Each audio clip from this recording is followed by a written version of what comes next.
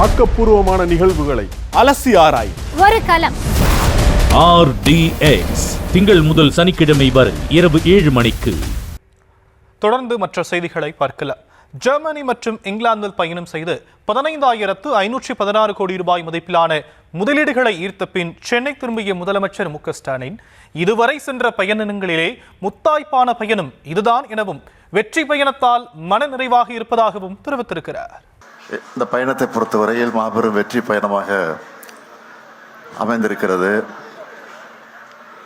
மொத்தம் 15,516 கோடி ரூபாய் மதிப்பிலான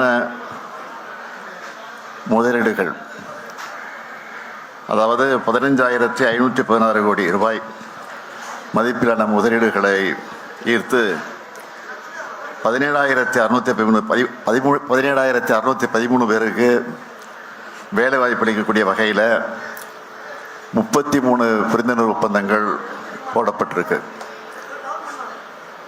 தமிழ்நாடு மேலே நம்பிக்கை வச்சு 10 புதிய நிறுவனங்கள் தொழில் தொடங்குவதற்காக முன் வந்திருக்காங்க.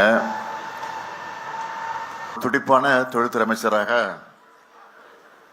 நம்முடைய ராஜா அதை இந்த பயணத்தின் மூலமாக ப்ரூவ் பண்ணியிருக்கிறாரு. கடந்த 4 ஆண்டு காலத்தில் மேற்கொண்டிருக்கக்கூடிய என்னுடைய பயணங்களுக்கெல்லாம் முத்தாய்ப்பாக இந்த பயணம் அமைஞ்சதுன்னு சொன்னால் அது மிகையாகாது. ரொம்ப சக்ஸஸ்ஃபுல் டூர். இந்த டூரு ரொம்ப ப்ரௌடான டூராக இந்த பயணம் அமைஞ்சிச்சு. அது ஏன்னா உங்களுக்கே தெரியும், இந்நேரம் உங்களுக்கு தெளிவாக தெரிஞ்சிருக்குன்னு நினைக்கிறேன். ஆமாம், 1000 ஆண்டுகள் பழமையான உலகின் முதன்மையான ஆக்ஸ்போர்டு பல்கலைக்கழகத்தில் தந்தை பெரியாருடைய திருவுருவப்படத்தை திறந்து வச்சது தான் அந்த பெருமைக்கு காரணம். சில வேலை இதெல்லாம் பொறுத்துக்க முடியல. அதனால தான் எதுக்கு இந்த வெளிநாட்டு பயணம், இங்கே இருக்கக்கூடிய நிறுவனங்களை சந்தித்து பேசினா போதாதா என்னெல்லாம் அறிவுபூர்வமாக கேட்கறதா நினச்சிக்கிட்டு புலம்பியிருக்கிறாங்க. அவங்களுக்கெல்லாம் நான் சொல்கிறது என்னன்னு கேட்டிங்கன்னா, ஜெர்மனியில் நடந்த இன்வெஸ்டர்ஸ் மீட்டில் நிறைய ஜெர்மன் கம்பெனி வந்திருந்தாங்க. அப்போது நம்ம தமிழ்நாட்டை பற்றி எடுத்து சொன்னதும் பல முதலீட்டாளர்கள் என்ன சொன்னாங்க தெரியுமா? தமிழ்நாட்டில் இவ்வளவு பொட்டென்ஷியல் இருக்குன்னு இப்போ நீங்கள் சொன்ன பிறகு தான் தெரியுது. இதுக்கு முன்னாடி வேறு ஒரு மாநிலம்தான் தங்களுடைய பொட்டென்ஷியலை பற்றி பெருமையாக சொல்லிகிட்டு இருந்தாங்க. இனி நிச்சயம் தமிழ்நாட்டை நோக்கி நிறைய முதலீட்டாளர்கள் வருவாங்கன்னு சொன்னாங்க. அடுத்து ஜெர்மனியில் NRW மினிஸ்டர் பிரசிடெண்ட் திரு ஹென்ரிக் ஹூஸ்ட் அவர்களை சந்தித்து பேசினேன். அவரும் அதையே தான் சொன்னார். இப்படியான தொடர்புகளை ஏற்படுத்தவும் பார்ட்னர்ஷிப் உருவாக்கவும் தான் வெளிநாடுகளுக்கு முதலமைச்சரான நானே நேரில் போனேன்.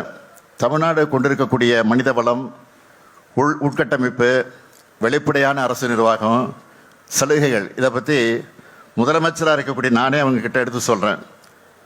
இப்போ கையெழுத்தான ஒப்பந்தங்கள் மட்டும் இல்லை, இன்னும் பல முதலீடுகளும் பல நிறுவனங்களும் இந்த சந்திப்புனால நிச்சயம் தமிழ்நாட்டுக்கு வரும்னு நம்பிக்கையும் கொடுத்துருக்குறாங்க. உதாரணத்துக்கு சொல்லணும்னா, இன்றைக்கி 8ஆம் தேதி நான் வந்திருக்கேங்க.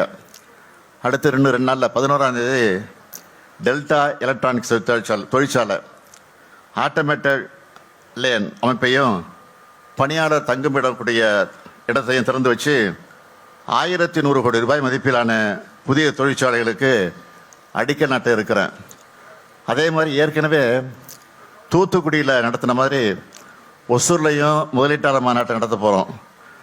அங்கேயும் பல 1000 கோடி ரூபாய் முதலீடு வர இருக்கு.